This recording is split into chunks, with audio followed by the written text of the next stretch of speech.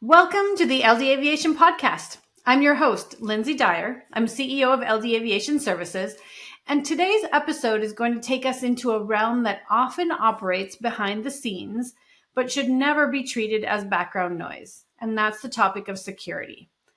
So in business aviation, we invest a lot in aircraft and crews, maintenance, scheduling, but the reality is without a solid security foundation, all of that is vulnerable. And when things go wrong, they don't go wrong in slow motion. Our guest today is Kristopher Cannon. He's the founder and CEO of Aviation Secure. Chris is known across the aviation industry for being laser focused, uncompromising in standards, and relentlessly intentional about the protection of people, aircraft, and the operations. His firm offers highly specialized services in training, secure travel planning, vetting, threat assessments, and more. But what really sets him apart is a guiding philosophy that security is intentional.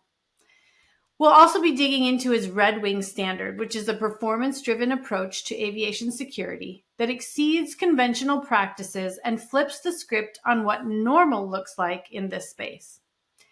So this episode is not for background listening. It's for anyone who takes their operation and the lives they're responsible for seriously.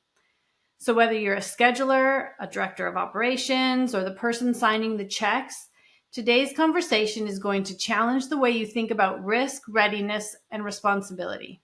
So let's jump in. First of all, Chris, thank you so much for your time and welcome.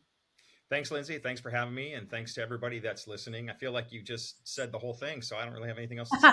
Oh, no, I'm so excited to hear about this, all of the things that you have to teach us in this one. So before I kind of get started, would you just give us a brief background of maybe how you even got into this role? Oh, wow. Okay. So I'm going to go for an extra hour here right now. Just kidding. Well, I'm former law enforcement. Okay. I worked for I was a law enforcement officer here in California. I was a defensive tactics instructor. One of the things I think that really seeded why I'm so passionate about security in flight departments and for people in general is really because when you're a police officer, you're going on probably 95 to 98% preventable crimes. Okay.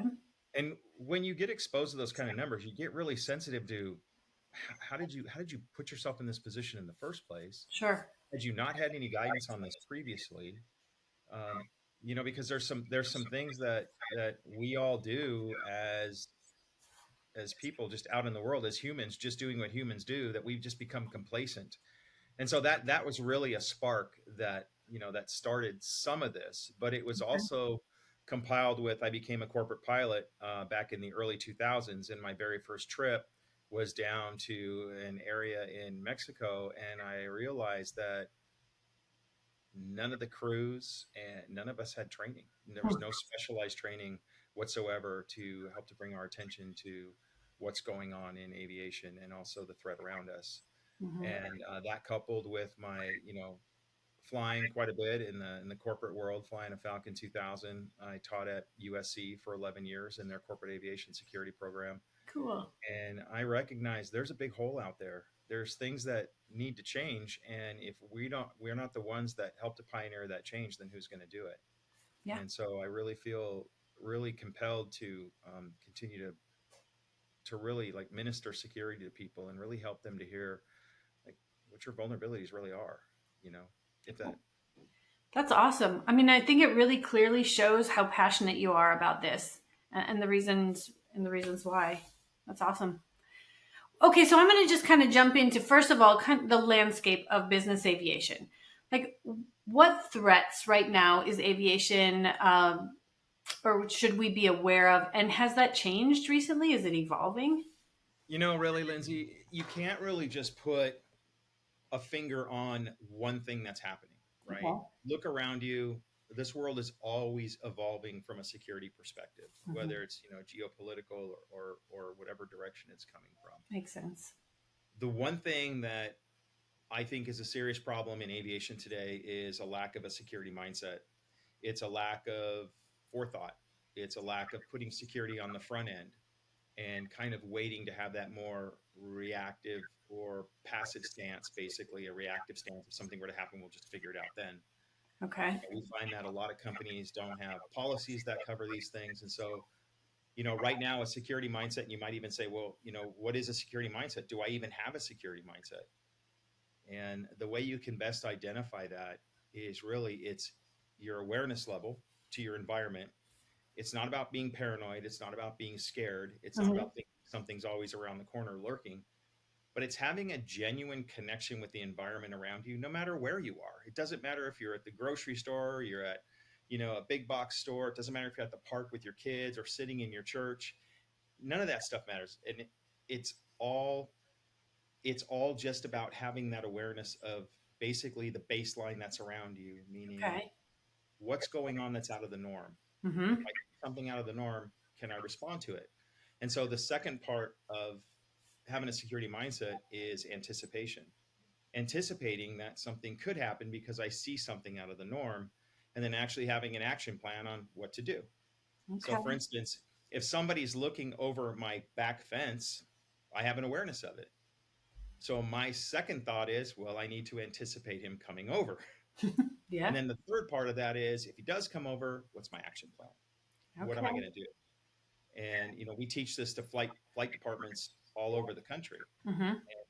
It's more about having something in place on the front end, Okay. so you're hopefully preventing something from happening to you on the back end. Is that if that makes any sense to you? It sure does. So we're kind of talking about, let's say we're going into Mexico.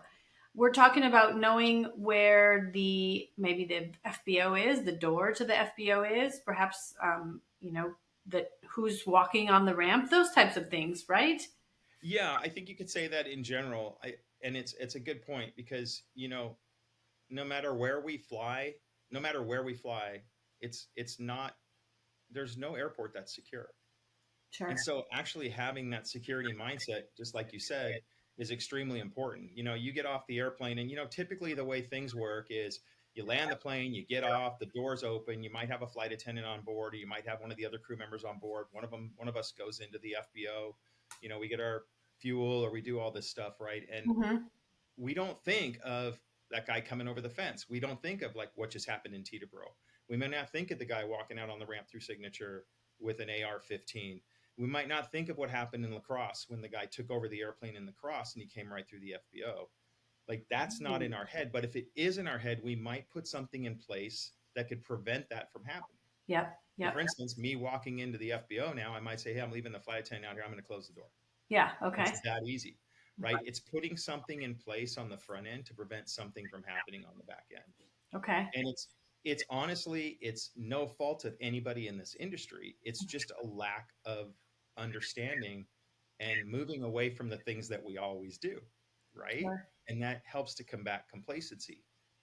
One of the things that I use in a very simple format is locking your house, Yeah. Okay. right? So we have a very specific rule in our home. When you walk out, you lock the door. I don't care if you're going to get the mail. I don't care if you're going outside to, you're going to walk down the street, lock the door. If Hmm. you come in after your grocery shopping, you have multiple bags you're bringing in the house, you Hmm. open the door, you close and lock the door behind you when you put things in the house. Hmm. And then you unlock it, you go out to the car, you bring it back in, you lock the door when it's behind you again. Sure. And that is having a security mindset. It's not about being paranoid. It's about protecting yourself from being on the news the next day. It's having that guy walk in behind you that does something terrible to the family that, if you scour the news, not even scour it, if you just turn on the news or look at YouTube, you'll find these situations happening on a pretty regular basis. True. That's what a security mindset really is. Okay. So I like what you were talking about, not being paranoid. I feel like I don't want to look behind over my shoulder 24/7, but if I'm just aware of my surroundings, that could sounds like it could go a long way towards preventing anything or preventing some things from happening. Well, that's really the way it is. And I speak this in general terms because I'm speaking like all the way around a flight department, all the way around somebody's personal life. And it's not about looking over your shoulder, right? Hmm. It's just about being in tune. So for instance, let's just say you're on the road and let's just say you're out walking somewhere and you're in Europe or you're in Paris, right? Yep. And, you keep an eye on what's going on around you, because we all know there's pickpockets and robberies and all kinds of stuff that happen in Paris. Yeah. So rather than being the person that gets victimized by the group of pickpockets that come up in a crowd and start bumping you, you recognize where you are, you recognize your space, you own your space, and Mm-hmm. you take your space and you move it. When you notice there's like you're walking up on a bunch of group of people, move over. Mm-hmm. Maybe Okay. walk across the street, or walk around people, don't walk through them. One of the ruses of pickpockets are they'll stand in a group, and when you walk by them, they'll grab you. Like, who Mm. wants to be part of that? But Yep. having that knowledge, now you see a group and you walk around them, that's having a security mindset. And that's Okay. also what we call owning your space.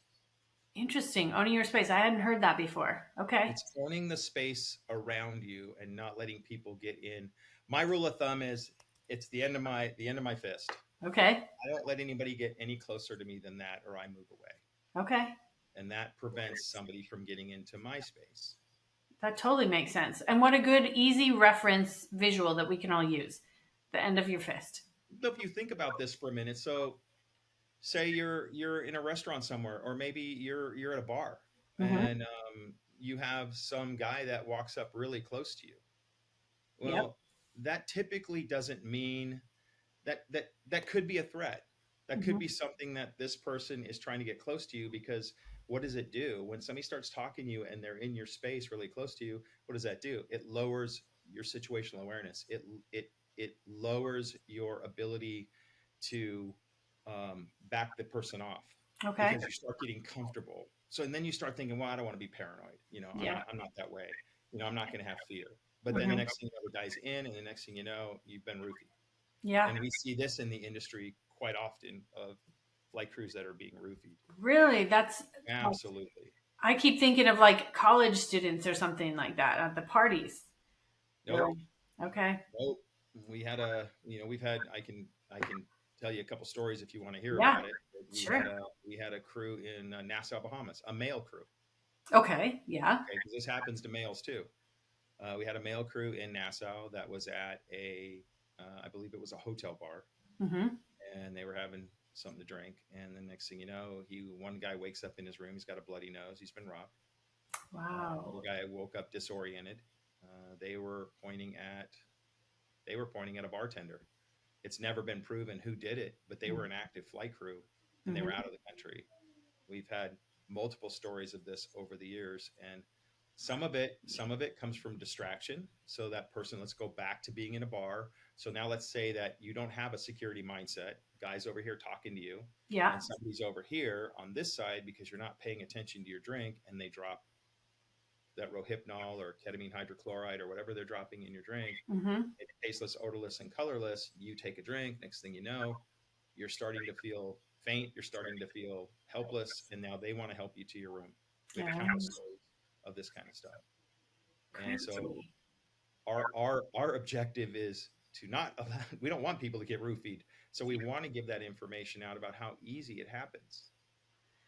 And I wonder if in that situation, is there a potential that there was some thought process that the gentleman had thinking it would never happen to him? Because, we do also often think that it's usually females that happens to.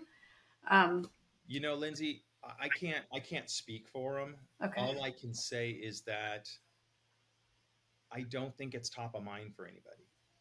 Got I it. really don't. Mm-hmm. Only people it gets top of mind for is the ones that it's happened to. Okay. Yeah. And I think it's just one of those things where if we knew there was a really great chance of it, Mm-hmm. then yeah, maybe there would be more awareness and there would be more preventative measures put on the front end.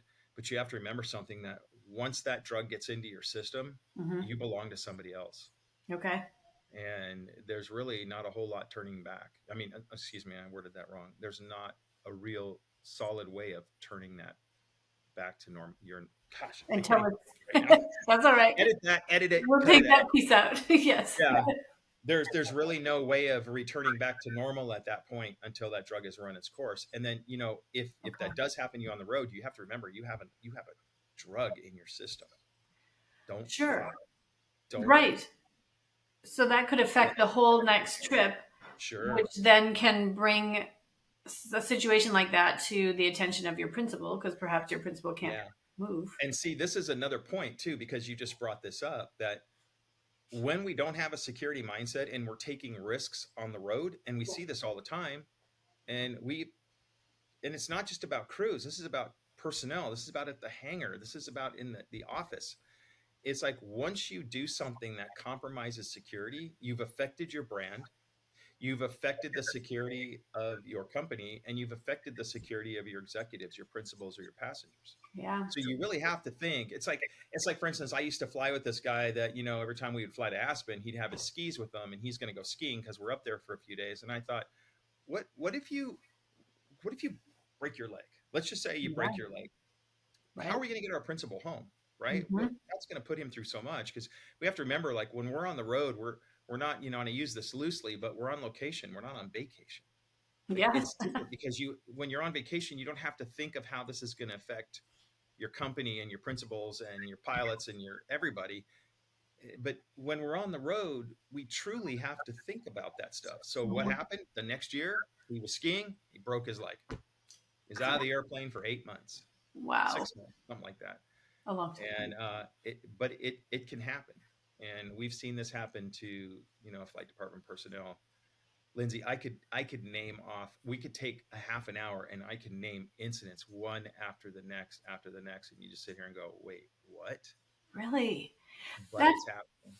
and I kind of probably figured that things were happening, but I think flight departments must keep a lot of that very Totally. close to home, right? They don't want to advertise that. So we don't hear about them that Mhm. often. And the beautiful thing about us is, we've got some amazing clients that we've worked with, from here to Canada to across the Gulf.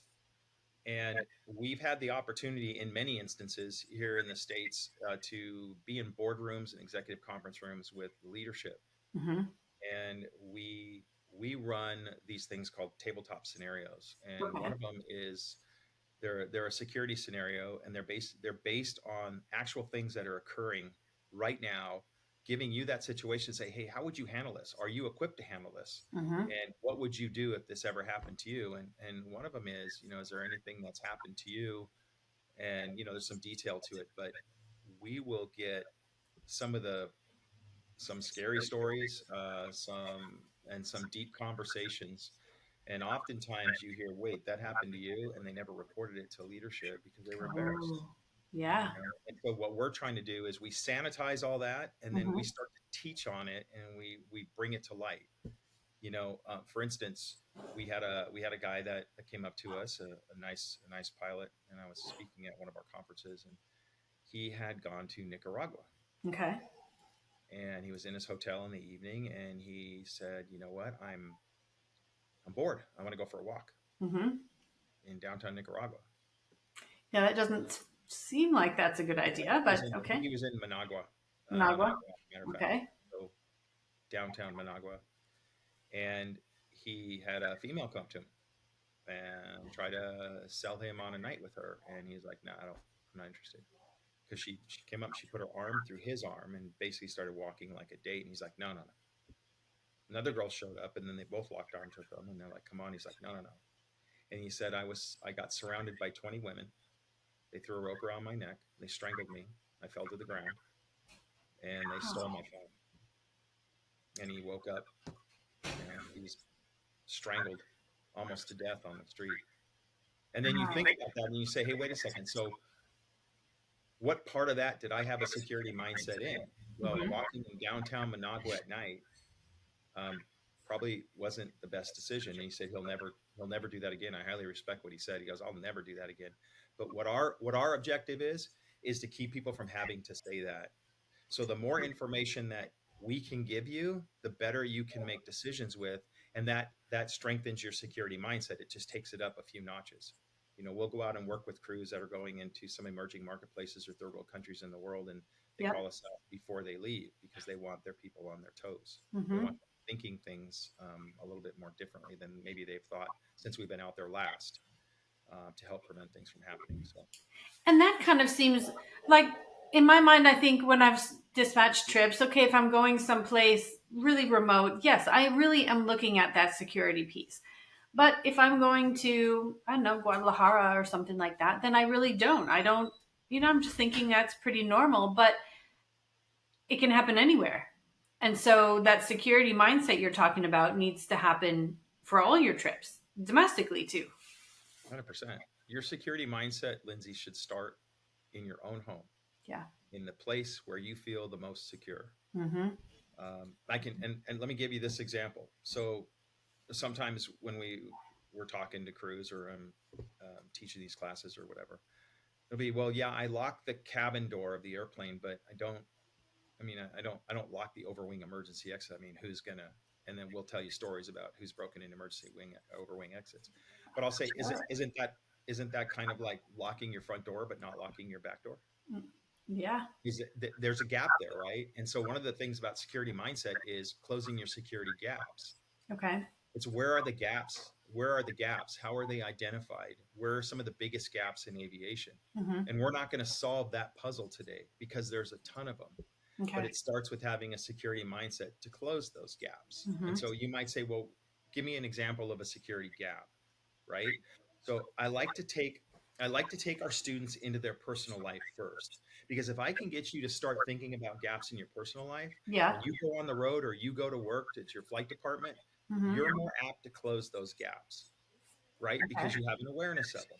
Like, Sure. I don't want that something to happen to me, so I'm going to do this. So let me take you on a quick trip to, why don't you go to a gas station? Okay. Okay. So maybe you'll pull in, what kind of, do you drive a minivan? Do you drive an SUV? Do you drive a bigger car, smaller car? I have a Tahoe. Okay, great. So you drive your Tahoe, and you jump out at the gas station, and Mm-hmm. you whip out your credit card, you put it in the machine, and you open your gas flap, you stick the nozzle in, and maybe you're distracted at that pump. Yep. And I see people on their phones all the time at the pump, and oh, I got a text. Oh yeah, Chris is checking in with me about this podcast we're doing, right? Mm-hmm. But Yep. little do you know, this guy just pulled up next to your car. He opened your passenger side door. He grabbed your purse and anything else that was on that seat, and he's gone. And this is going on all over the country. Crazy. And these are a dime a dozen now. But how can you close that gap? When you get out of the car, you take your keys with you and you lock the door. Mm-hmm. Because what they're doing is they're sneaking up on cars really Mm-hmm. quietly, jumping out of their car, opening the door, reaching in, grabbing your stuff. Well, what if there's a child in that seat? What if there's a child in the back seat? Can you imagine Yes. the number of human trafficking incidents we have right now? This would help to close that gap, and that's a very basic gap. Well, that really resonates with me because I have two bigger kids and a baby. And so the baby would definitely be sitting in the back seat. Exactly. And, my purse is in the front seat. Yeah, okay. I love how you're getting to where it really resonates with me. Like I It has can to see hit myself. here. It Yep. has to hit here to change you. So let me give you another one in that same respect. Okay. We had a crew that went to Oakland, and I've been to this gas station many times. It's a Chevron station right near the airport. Mm-hmm. We had three crew members pull up. There was a maintenance mechanic that was in a tech that was sitting in the back seat. The FO was driving, and the captain got out and went inside to get coffee.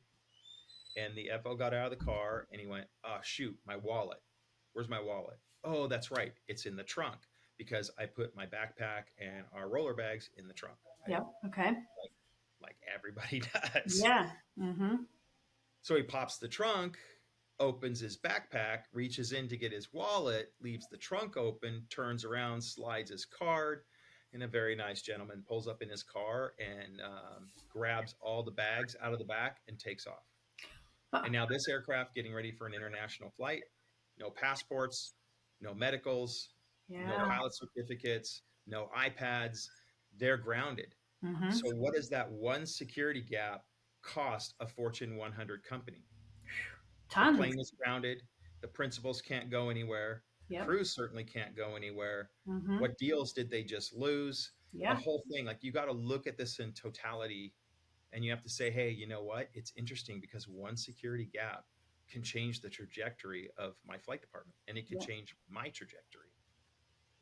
Sure, because who knows if maybe that flight department was maybe teetering on the edge anyway, and that was just that one incident that pushed it over the edge uh, for it to get closed. I mean, we've seen Oh, flight departments closing.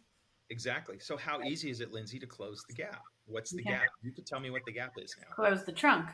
That's the gap. Keep your wallet with you and close the That's trunk. the gap. We Hmm. had a crew. We had a crew in Teterboro at the hotel, Yeah. just like any good pilot. And we all do this for our crews. We get up in the morning. We're going to check out because mostly because we want to get the heck out of Teterboro. So we're really excited. So we get up early, go outside. We grab the car. It's freezing cold outside. We pull up in front of the hotel. We turn the heater on. We pop the trunk. Our stuff's in the back, and we're waiting. Right. Yeah. So this pilot's looking through the glass doors here in Teterboro, and he sees the flight attendant come down with the big luggage rack with all the Whole Foods bags hanging all over it and her luggage. And he sees the other pilot. So he says, "Oh, you know what? I'm going to go in there and help them." So Hmm. he leaves the heater on, closes the door, walks inside to help them. And he's in there and he looks out the window and he sees a car pull up. Yeah. A woman gets out, grabs the bag out of the trunk in his backpack, and takes off. Wow. His thought, his contention was, oh, I can see it. That doesn't matter. Ah. Yeah. Just because you can see it, just all that means is that you're going to be able to watch it happen. Yes. You get to see it. Wow, this actually happened to me, and I got to watch it. Uh, Now, how do you close that gap? Do you see how easy it is to close gaps? And sure. then once you have the awareness, anticipation, and plan, Hmm. now you can close your gaps and you can start applying that to your everyday life, whether you're at home or at your flight department. Like I said, Lindsay, I could go through story after story after Sure. story, and you would just sit here and go, oh my gosh, how did anybody let that happen? Well, because they didn't recognize it, because the security mindset wasn't up front. So, okay.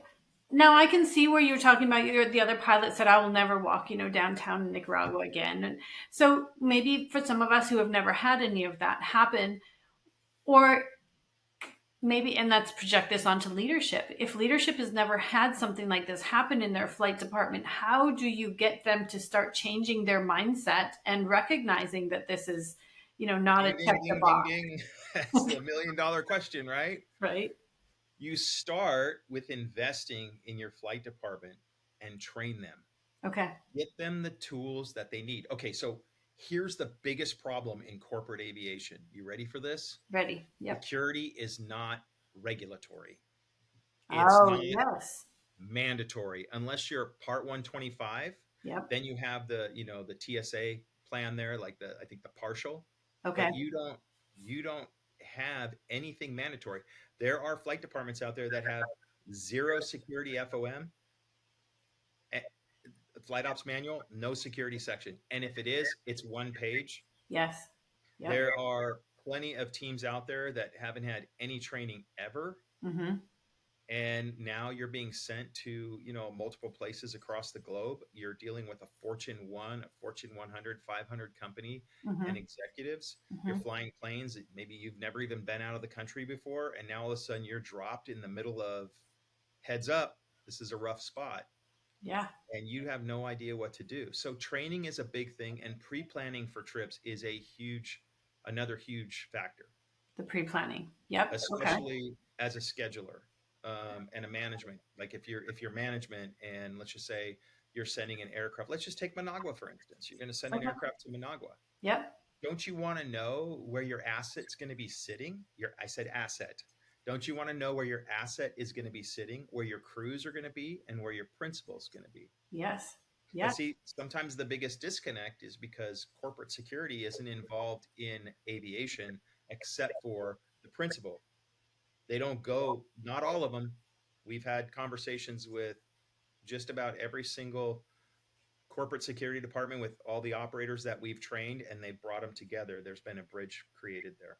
Okay. We're very like that success. I'm really excited about that success because it has proven to be a major factor in prepping people for security issues and watching over crews while they're on the road and so forth. But there's the majority of them out there are disconnected, Mm-hmm. and so the goal is to connect them. And so, when you send somebody out on the road, you want to make sure that they have the tools that they need to close the gaps that exist. Mm-hmm. How do you know what those gaps are? Well, You do risk assessments. Mm-hmm. You make sure, like, there's something that we do called a destination risk assessment that coupled with a security intelligence report. And so basically what that is it looks at multiple factors, I think probably 40 different factors in the location that you're going into, Okay. to verify A, that security is in place, or B, that security needs to be put in place. So it looks at things like, are you going into an area that's, bordered by war? Are you going into an area that has terrorist attacks? Are you going to an area with high crime rate? Are you going to an area that's ATC controlled? What's the Mm-hmm. fencing like there? Like, we go down this list, but we don't make it exhaustive because people won't use it. We give it a one pager. And Okay. basically what happens is it basically adds all of your factors together. You include a mitigation in there, and then you decide, do we want to take this risk? Is Yes. this something Okay. we want to do? Or do we Mm-hmm. want to just move the plane? Mm-hmm. Right. So it's kind of similar. It's kind of similar, not exactly the same as a flight risk assessment tool, which I'm Sure. sure you're familiar with, We right? are. Yep. Mm-hmm. So a flight risk assessment tool is what we as crew members complete prior to a flight, typically 6 hours before a flight, right? Depending Yep. on the software. And that's basically going to tell us that, from point A to point B, this is a safe flight, or it's within the threshold that is allowed by my operation, Yep. correct? Totally makes sense. Yep. So now you've got this frat, and that's typically where it stops. But You're what right. about when we're boots on the ground? Mm-hmm. Who's watching over me when I get out there? Mm-hmm. What kind of contingency plans does the company have? Mm-hmm. What if something happens to us? What if we get abducted? What if we get injured? What if we get sick? Mm-hmm. What if our hotel gets attacked? What if? There's a lot of what ifs, and we try to cover all those what ifs. And so everything everything needs to flow from a security mindset standpoint. So the next time you send a trip somewhere, Mm-hmm. try this. So let's just say you send a crew to, well, I'll give you one. We had one of our client crews go to Greece during the uprising several years ago. Oh, yes. Okay. And they were rioting just kind of like they are in LA right now. They were rioting, burning everything. There was a lot of problems, right? Mm-hmm. Well, they wanted to go to this particular location in Greece, and they asked me to do an assessment. Mm-hmm. And I did the assessment. I was like, well, they're not putting anything in the intelligence report that I feel is really sparking me.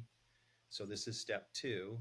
So what I did is I took it upon myself to get on Google Maps and look at the location that all the uprising was in, which is close to the airport. Okay. And I made a couple phone calls, a couple that didn't speak any English at all, and I chose a florist just out of the blue. Okay. Somebody that spoke English answered the phone, and they were telling me, you shouldn't come out here. Everything's on fire. They're rioting in the street right now. They're throwing Molotov cocktails. And so once I put that in the assessment and I sent it to the principal, they're like, we're not going. Right? Because Okay. sometimes you have to take a step out when you know something is up. Like Yep. right now, for instance, the media doesn't report everything as we know, right? Right. And they're not reporting the violence in LA as bad as it is. So if Really. you were to send somebody to LA and they were going to have to go through a certain area, it Yep. would behoove you to pick up the phone and contact the Los Angeles Police Department and ask them, hey, what do you recommend? They probably tell you, don't even go through this area. It's too dangerous, not risky, it's not worth it. Interesting. So that's something that we could do. We can call Absolutely. the police department. Okay. Part of our Red Wing standard speaks on this because Okay. assessments, Lindsay, like, you want to know what the biggest problems today in aviation are? It's a lack of planning. Sure. Because, and then here's the other side of it. Let's just say a Fortune 100 CEO, I need to be on this continent for this meeting. That's the end of it. I Yep. don't care how I get there. I need to get there, Mm-hmm. right? And you're going into a higher risk environment. So that's when executive protection Yep. takes care of the principal, right? And that's a ton of detail in there too that I don't need to get into. That's not my wheelhouse. But now you've got a crew that has to go into that area. Yep. So basically, when you have the right mindset, when you have the proper training, and Mm-hmm. when you put the proper things on the front end, you can go into higher risk areas with a greater safety margin Mm-hmm. because Okay. there's training and awareness that has come along with it. And Mm-hmm. it's about decision making. we always have to remember when we go into these, sometimes some of these crazy areas, and even not, Lindsay, even not, it's just domestically, and some of these areas are crazy too. But when we go into these with that security mindset, we can go in and we can do things a little bit safer and make the right decisions, and decide, hey, we're not going to go do this while we're there. We're Right. going Yep. to go to our hotel, we're going to go to a restaurant. We're Mm-hmm. not going to go out, and we're not going to create like, we're not going to like wave a flag around that we're in town. And I think that's one of the big things that personnel do. And I say that metaphorically, of course. Oh, I think that kind of goes back to what you said earlier that I wanted to highlight.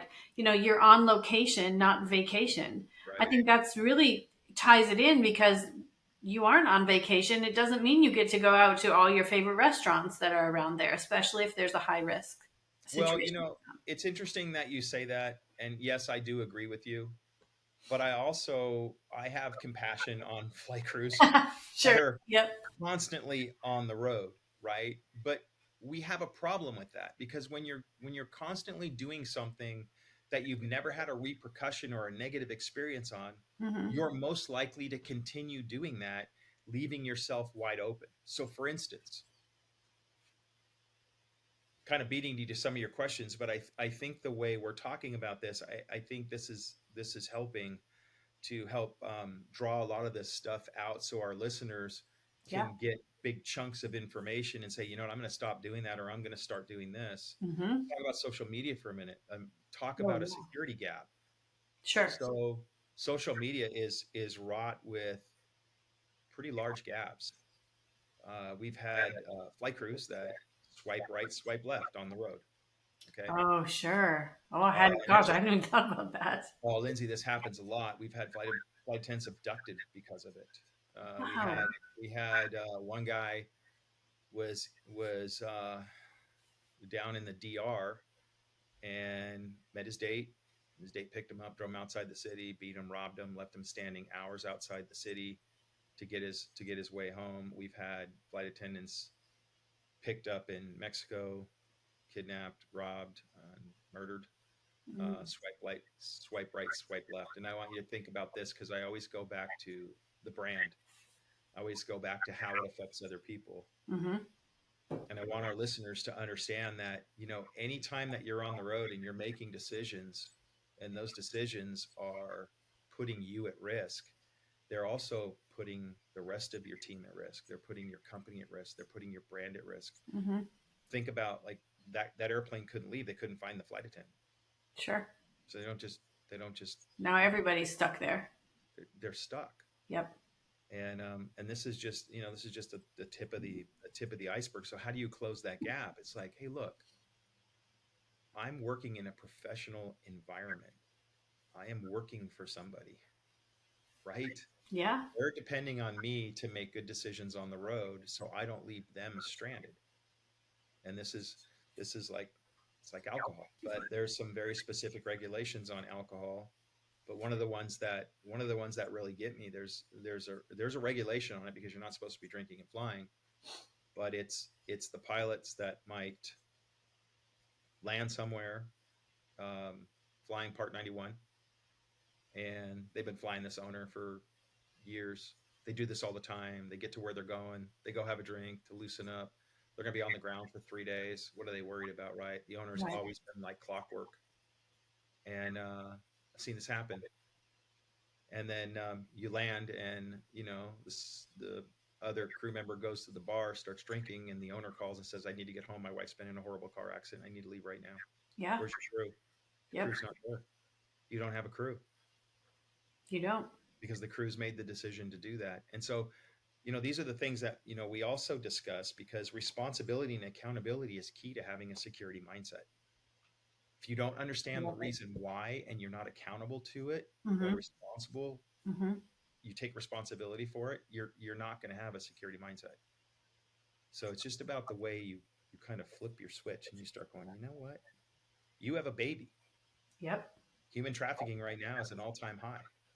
That's your job, to never let anybody touch your child. Yep. You have a security mindset around your child. You need to be a mama bear. Yeah, You got totally. to close all the gaps. Turn your, it's interesting because we'll go to the store and we'll see some little 3-year-old running around the store without their parent. Wow, that I mean, there's a gap, Yeah. instantaneous gap, Yep. and those are the kind of things we're talking about, and they transcend our business. They transcend to our flight department. So I anyway, think I could go on. So I don't mean to steer this in just one direction, but no, that's great. And while we're talking, I'm thinking back, okay, well, when I'm looking at, I'm working on a trip, what does that mean for me? Because we talked a lot about having that security mindset versus just doing a checklist or, checking that box sure. checking the box on the list. Um, I've definitely done or requested security reviews for certain locations, but did I actually read through them, or did I just kind of pass it along and check that box? I think the other thing is um, sometimes we will ask for the driver's name and the license plate on the car, Good. and sometimes we don't.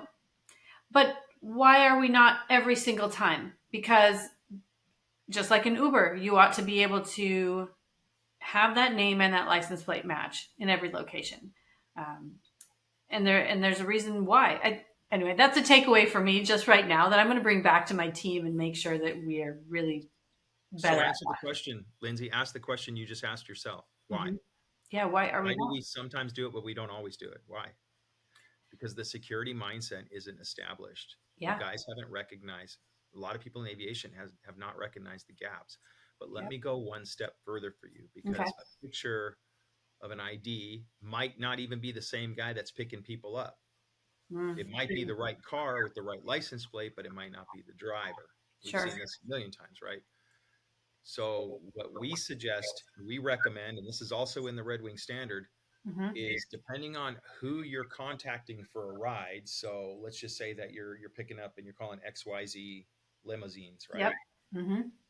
This is our password that you need to give to the principal, Oh, or a password that you need to give to the flight crew before the flight crew will get into your vehicle.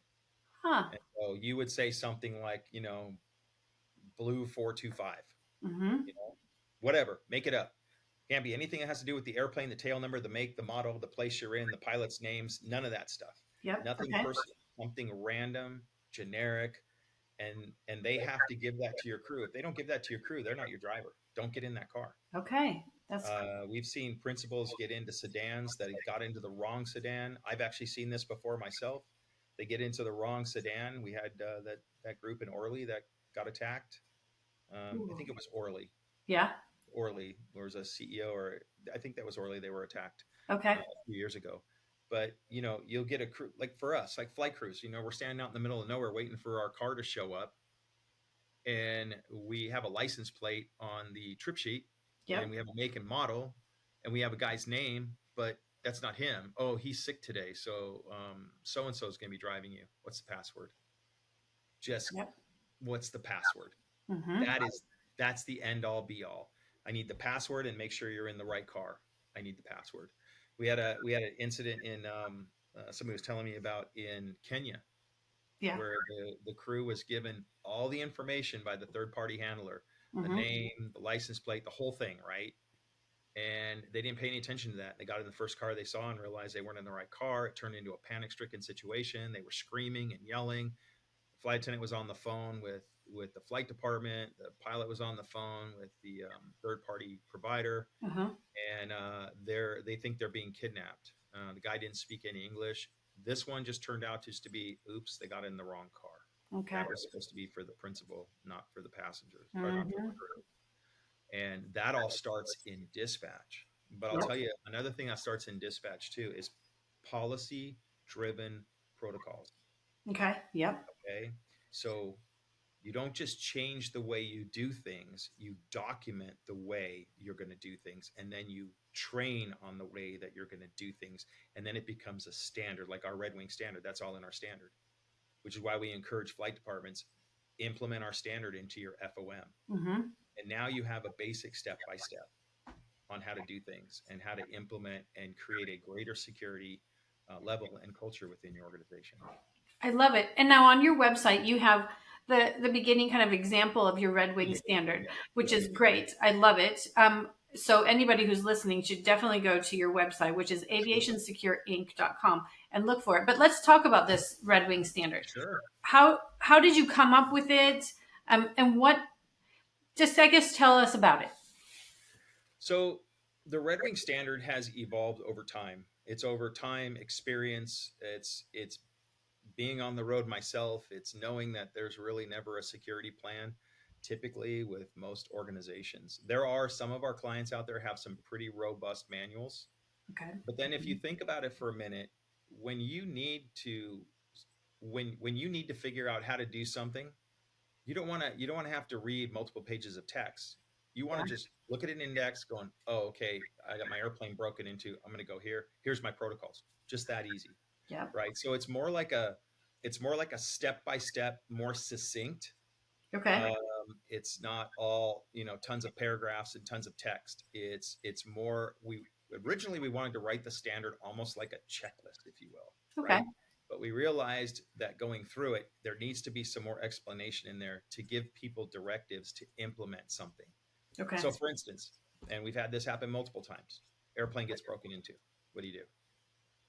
You're a Part 91 crew or a 135 crew, and you're sitting in, you're sitting in like down in the Caribbean, and you walk out and you find that somebody's taken a screwdriver to your airplane hatch, the main door the cabin door. What do? Well, the first thing you don't do is you don't go in the airplane. You have a crime scene now, right? Oh, Well, yes. basically have a pilot out there watching to see if anybody's getting off the plane at a distance. Somebody else is in the FBO. You're contacting your company. You got to be careful depending on where you are, if you're going to contact local law enforcement or not. And now you have to treat that as a crime scene, right? Because you don't just want to rush in there because of trap, rattle, bite on the way out. Totally. We had a client get broken into in Tuskegee, Alabama, an emergency overwing exit. A guy trashed the airplane, just wrecked it. Wow. And it was a crime scene. So law enforcement came out there, they fingerprinted everything, and it was a real mess. But what was the security gap? Again, failure to close, failure to lock something that you don't think anybody would ever break into, and that was the emergency overwing exit. Yeah. And so our Red Wing standard details all that, but where it came from was simplicity. It came from being able to offer our clients something that could make their life easier. Mm-hmm. It's easier to navigate. It's easier to audit. It's easier to train on. And it is a simplistic way to allow your team to navigate security. Okay. And it just goes beyond compliance. There's something, if you're only meeting the minimums, yeah, you're probably not that secure. We call that the ragged edge. Okay. Only doing what you have to do, Mm-hmm. and not rising above it. So the Red Wing standard rises above it. Mm-hmm. So we create a buffer. We create a buffer between minimums and what we do. And we hope that cushion there is going to help you. So for instance, a brief example of that is flying airplanes into mountainous terrain. Okay. Not into, but in mountainous terrain, right? There's nothing in the FARs that says I can't fly into Aspen at night. Yeah. Right. Okay. So that's a minimum. Mm-hmm. I'm not going to fly an airplane into Aspen at night. Mm-hmm. I don't think it's very smart. I might hit rocks, right? So that's why we create mountainous operation requirements in the GOM or the op specs in the GOM. Yep. Right? Mm-hmm. Because now what we've done is we've buffered that ragged edge and we say, hey, we're not going to lose airplanes going into Aspen. There's no way. Just not worth it. Yep. So let's increase this. Mm-hmm. And so it follows that same general principle. As you're talking about that, something else comes to mind. Like SMS is being talked about a lot. 135 is going to be required to have that in the next couple of years. You just have to have a program put together. And I wonder, statistically wise, if perhaps actual aircraft emergencies are less than security issues that you have. Because it seems like you have all sorts of stories about that, but I really only have in my head, maybe a handful of actual aircraft accidents where something catastrophic has happened. So it's curious that we kind of, while it happens more often, we are more focused on the emergency response part, possibly because it could be catastrophic, I guess, at that point. But so could a security issue. You could lose somebody that way You know, too. I preface the answer to this question with, God bless all these people that have been involved in these accidents this year. We've Yes. lost more people this year, and we've had more accidents. I Yep. mean, we thought last year started out bad. This year has been terrible. It has been. Mm-hmm. And SMS is needed. Mm-hmm. I am so glad to see the FAA, after all these years, is creating a mandatory program beginning in May of 2027. I Yep. too am a safety director. I oversee SMS programs, and Mm-hmm. this is definitely necessary. Yeah. However, when you talk about security, this has always been kind of an enigma with me: is why isn't security that important? And there are security programs out there that TSA offers, right? Okay. But, and I have all the respect for my brothers and sisters at TSA. The problem is their program is not personnel centric. Okay, it's kind of like ICAO. It's more state centric, Okay. right? Um, our standards, our programs, and our training goes to the heart of that flight department, the heartbeat of the department, Mm-hmm. and works its way out. Right? Okay. We focus on people. We focus on the processes that those people are doing. We focus on their safety and on their security. This is all throughout the Red Wing Standard. We're focused on protecting that brand, right? And not just the brand, and not just like a 135 certificate, but putting a protective wall around that entire flight department. That's how I see Aviation Secure. I see us as kind of like sheepdogs. I had Mm-hmm. a friend of mine that said, "Man, you guys are sheepdogs in the industry." I like to think of myself as a sheepdog and our team as a sheepdog, because without us, we're not bringing this stuff to people's attention, and they're Mm-hmm. just doing it at whatever it is they want to do. We work a lot with some very valued clients of ours that are operating in the Middle East and over in Africa. One of the 50, what is it, 56 countries in Africa. They're over there in multiple countries, and we are able to protect them Mm-hmm. to some degree, and it's what makes me sleep at night, knowing that I might have changed the way somebody did something. I might have helped to save a life. Our team, not just me. It has, this is a family run operation. My wife and I started this business back in 2004. She's been a huge piece of this business. She travels with us, does the logistics on the road. We have instructors that go out, and we Awesome. run this business, and it's not me. It's an empowerment of the entire team, and it's everybody's hands on deck, and we're all making this happen. And just it's a huge passion. I can get kind of emotional talking about security, because there's some I things that love have it. happened. We've been pulled aside. I can't, several times, and we had one in general. We had somebody come to us when I was speaking at MBAA, and he had said that one of his flight attendants was abducted at a hotel and she was killed. Somebody was waiting in her room, and the thing that really like got inside of me was the stuff that we teach Mm-hmm. would have prevented that from happening. Mm-hmm. Yep. I knew that right away as soon as he started talking to us, that if only those protocols were put in place, Mm-hmm. that would have been prevented. Wow. What a So wow. yeah. What a story. Anyhow, Well, okay, so Chris, let's say you're an operator, you're listening to this. What do we get? Like, how would the whole process come? We call you, we find you on LinkedIn. What does Aviation Secure Inc. do?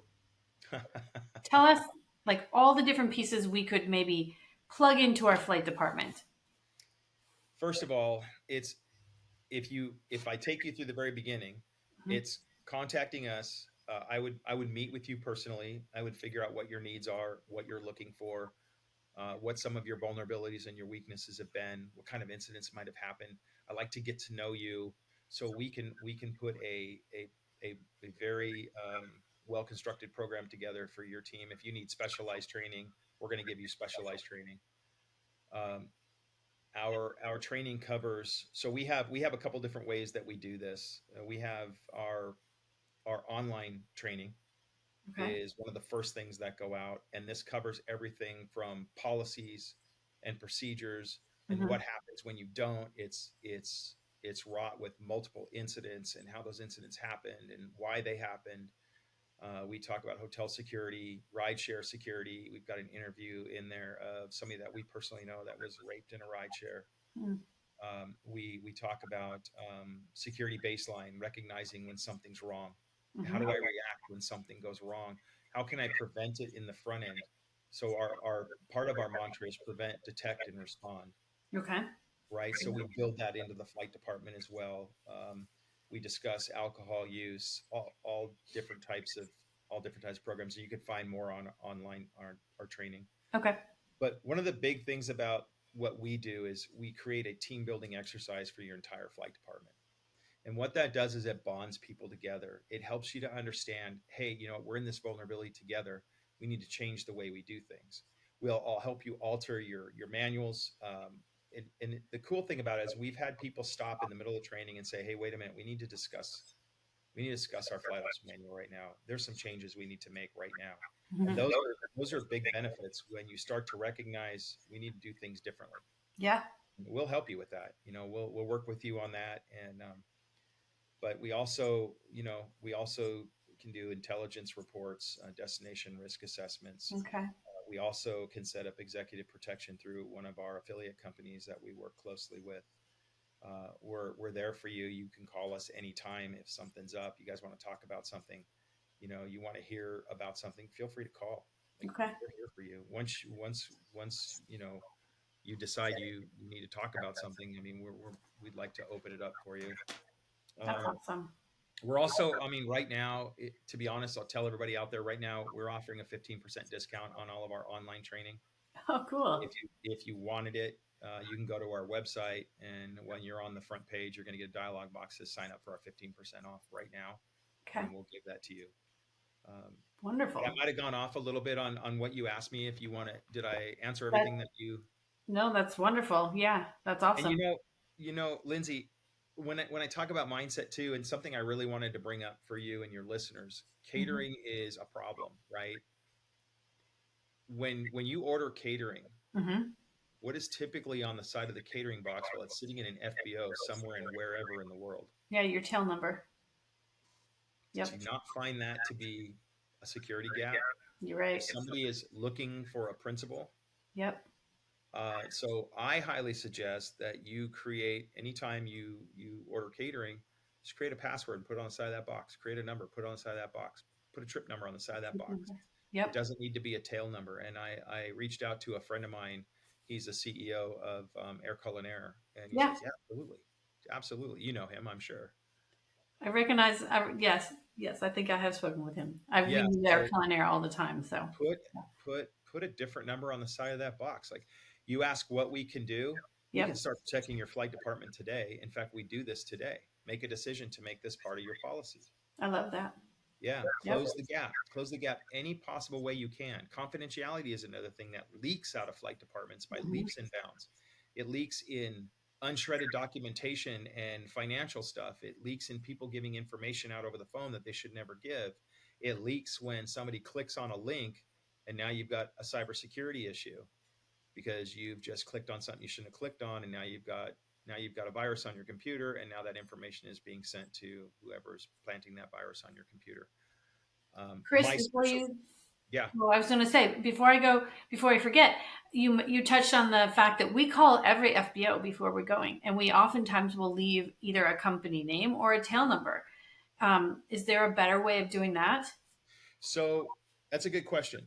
And I highly suggest that I know what you guys do. So you'll call Atlantic and say, hey, XYZ is going to be there tomorrow. We're landing at 5 o'clock and we're going to be there for 3 nights. And Yeah, that's typically what you do, right? If you have exactly. any problems, contact the flight department, right? Yep.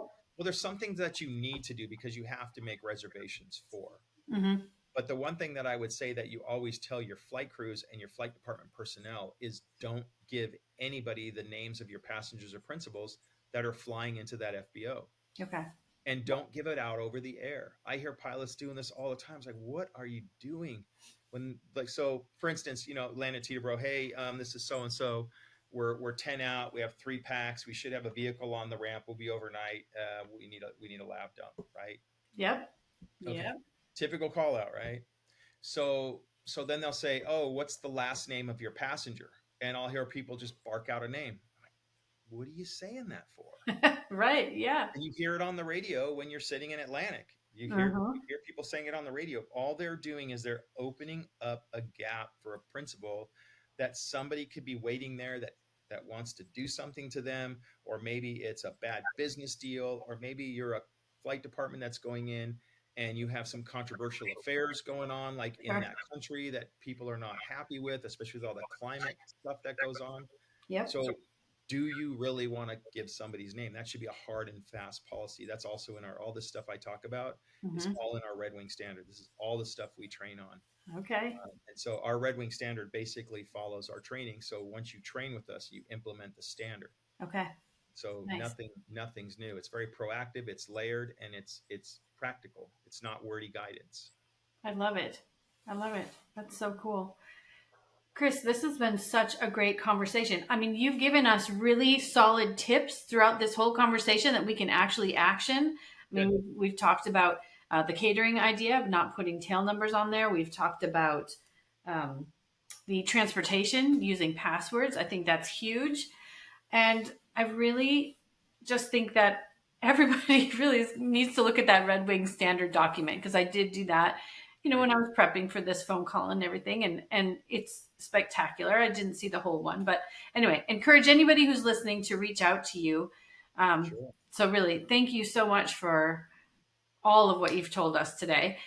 I want to remind the listeners too where you can find Chris. So, one, you can find him on LinkedIn. He's under Kristopher Cannon. That's Cannon. You can also find him on the website, which is aviationsecureinc.com. You can find it, and you can find that 15% discount that he mentioned earlier in the conversation Right. here. So awesome. Well, Chris, thank you again so much for being here today. You're welcome. I think you really delivered the kind of straight talk that really this industry needs more of. You really just broke down what real protection is going to look like, and it's not difficult. I think you just really highlighted the fact that these are just simple changes that we have to do. So, Correct. They awesome. come from the inside out, Lindsay. They come from a security mindset. Mm-hmm.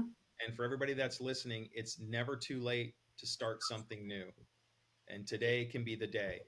So start it at home. If you don't lock your doors at night, lock them. If you don't lock Mm-hmm. your windows at night, lock them. That's the beginning of your security mindset. Because once somebody steps in your life, you can't get them out. And we've had multiple people walk up open doors of airplanes around the world. Mm-hmm. And we've always said, it's easier to keep them off than to get them off. And that's Yeah. another reason why we say security is intentional. Mm-hmm. Put security on the forefront, and that way you've implemented it. And that's why it's intentional. So do something on purpose. Like the key never jumps into the lock. You have to stick the key in the lock and lock a door. Mm-hmm. So I leave you with that. Security is intentional. Security is intentional, and just being proactive on those small, simple ideas. I know I definitely was reminded about the locking my door at the gas station. I don't. You're right. I am the first person who has to make sure I keep that baby safe. So And Lindsay, if I could just say one last thing before you yeah. close out. Our goal is never to cause fear in anybody. It's never to scare you. Mm-hmm. It's to raise your awareness levels, to cause you to think a little bit further outside the box. Mm-hmm. And that's what we do.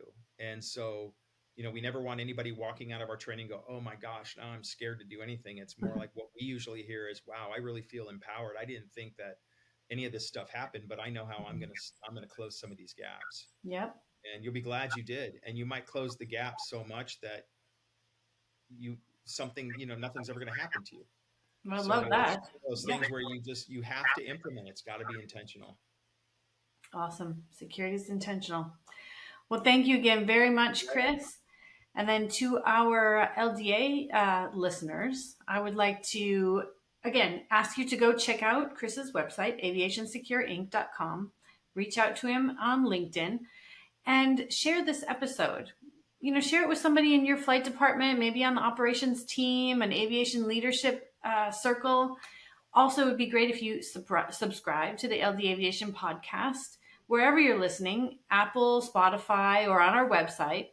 Leave us a review. Let us know what you took away from this conversation and what topics you would like to hear next. Aviation really is not, it's not just about getting from A to B. It's about doing it with excellence, foresight, and responsibility. So thanks for tuning in. And until next time, fly safe, think sharp, and lead intentionally. All right. Thanks. Bye, Lindsay. Thank you. Bye. We're so glad you joined us for this episode of the LD Aviation Podcast. If you enjoyed it, please don't forget to like, share, and follow. Your support helps us keep the conversation going and grow our amazing community.